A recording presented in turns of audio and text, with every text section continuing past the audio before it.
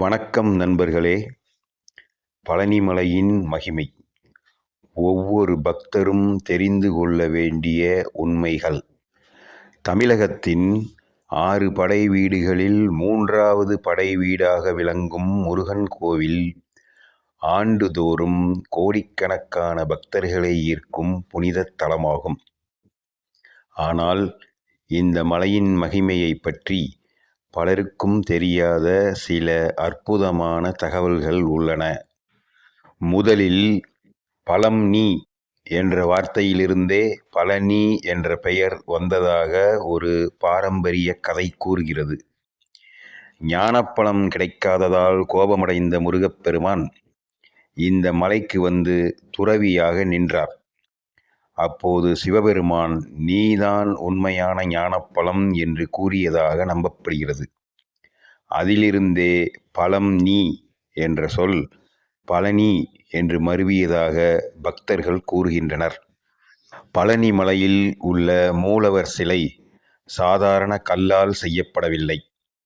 சித்தர் போகர் அரிய மூலிகைகள் மற்றும் கனிமங்களின் கலவையான நவபாஷாணத்தால் இந்த சிலையை உருவாக்கியதாக பாரம்பரியம் கூறுகிறது. இதனால் சிலைக்கு செய்யப்படும் அபிஷேகப் பொருட்கள் சிறப்பு மிக்கதாக கருதப்படுகின்றன. பழனி மலையில் 693 படிக்கட்டுகள் உள்ளன.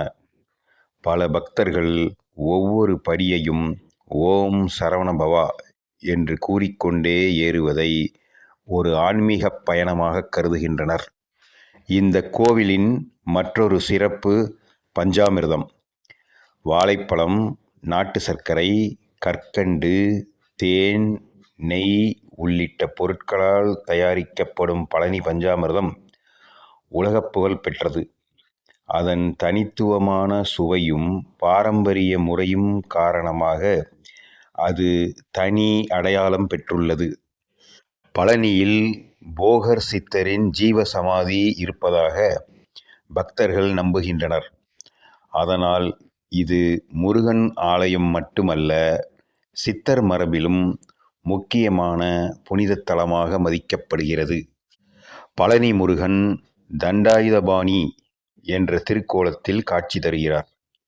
ஒரு கையில் தண்டத்தை ஏந்தி எளிமையான கோமணத்துடன் நிற்கும் இந்த திருவுருவம் மனித வாழ்க்கையில் ஆசைகளை விடுத்து ஞானப்பாதையில் செல்ல வேண்டும் என்ற உயர்ந்த தத்துவத்தை உணர்த்துகிறது.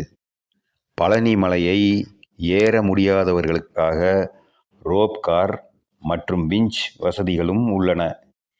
இதனால் வயதானவர்கள் மற்றும் சிறு குழந்தைகளும் எளிதாக முருகப்பெருமானை தரிசிக்க முடிகிறது.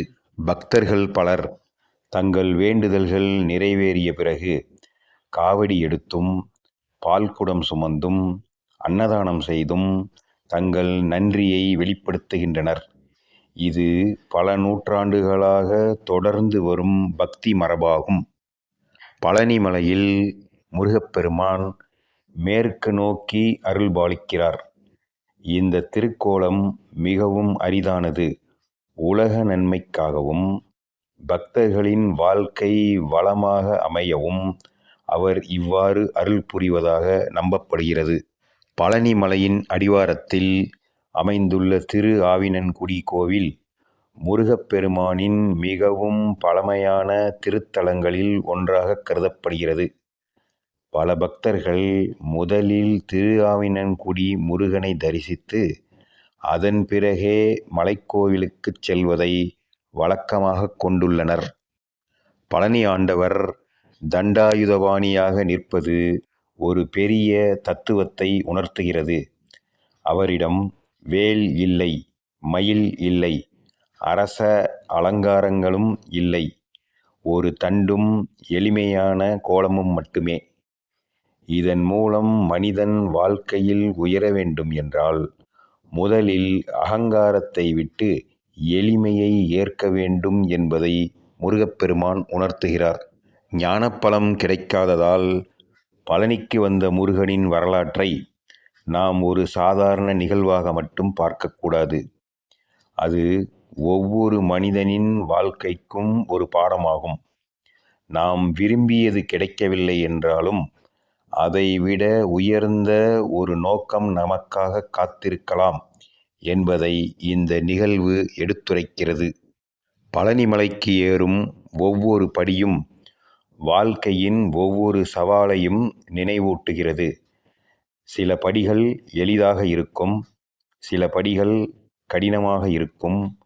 ஆனால் தொடர்ந்து முன்னேறினால் இறுதியில் ஆண்டவரின் தரிசனம் கிடைப்பதைப் போல வாழ்க்கையிலும் பொறுமையுடன் முயன்றால் வெற்றி நிச்சயம் கிடைக்கும்.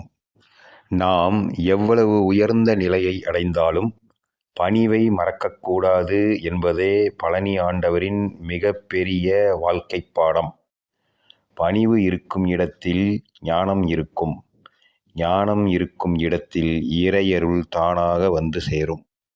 பழனி முருகன் நமக்கு சொல்லும் இன்னொரு முக்கியமான செய்தி, கோபம் முடிவல்ல, ஞானமே முடிவு என்பதாகும். ஞானப்பழக் கதையில் கோபத்துடன் வந்த முருகன் இறுதியில் உலகுக்கு ஞானத்தின் அடையாளமாக விளங்குகிறார். இந்த நிகழ்வு உணர்ச்சிகளை வென்று ஞானத்துடன் வாழ வேண்டும் என்பதை நமக்கு கற்பிக்கிறது.